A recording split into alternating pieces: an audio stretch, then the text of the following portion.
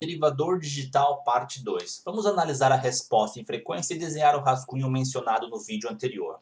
Vimos que a derivada de um sinal que é descrito por um seno de ômega-t é igual a ômega vezes cosseno de ômega-t. E a resposta em frequência deste derivador, que nós estamos chamando de derivador ideal, é dada por essas duas figuras. Figura de resposta em frequência de magnitude e figura de resposta em frequência de fase. A resposta em frequência de magnitude é simplesmente ômega, olhando somente as frequências positivas.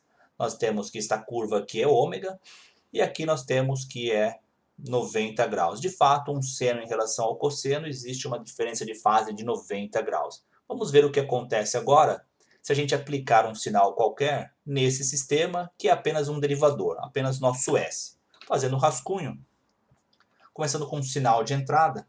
Então, digamos que um sinal de entrada seja um seno com algum ruído, por exemplo, nesse formato aqui, um seno com ruído sobreposto. Se nós olharmos o espectro deste sinal de entrada, novamente, só um rascunho, ômega, nós temos que este seno possui um espectro mais ou menos neste formato aqui. Componente principal do seno e componentes em alta frequência ali do ruído. Colocando alguns valores, digamos que esta frequência do seno principal é 0,1 vezes π, e o ruído está em torno ali de mais ou menos 0,9 vezes π. Essa amplitude aqui, vamos chutar um valor 1, e essa amplitude aqui 0,1.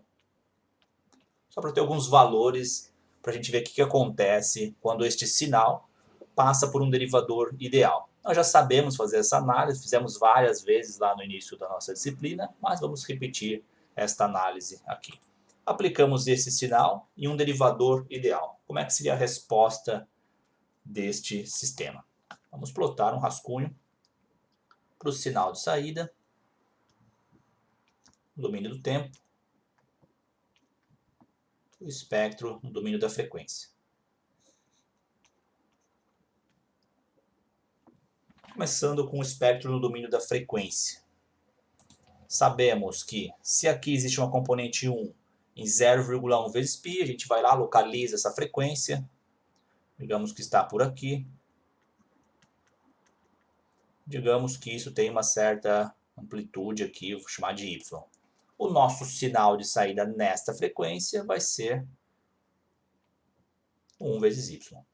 Em 0,1 vezes π, nós temos o sinal de saída amplificado de y, e de fato é o que a resposta à equação diz. E vai ser deslocado de 90 graus. Esta mesma frequência estaria por aqui, 90 graus. Aplicou um seno, ele vai ser multiplicado pela frequência, que é este y, e deslocado de 90 graus, conforme a resposta mostra. E a equação mostra isso também. Acontece que o ruído, neste caso, agora vai ser amplificado. Localizando a frequência do ruído ali na resposta em frequência, nós teríamos o 0,9 mais ou menos aqui, e uma certa amplificação aqui, bem elevada. Dá para ver que vai amplificar muito mais o ruído do que a componente principal. É bem provável, dependendo da frequência do ruído, que o ruído até seja maior do que a componente principal do centro. Nós teríamos na região de 0,9, nós teríamos componentes do ruído altamente amplificadas, com uma amplitude aqui consideravelmente, aqui na verdade é ômega, né? Dependendo da frequência vai ser amplificada consideravelmente.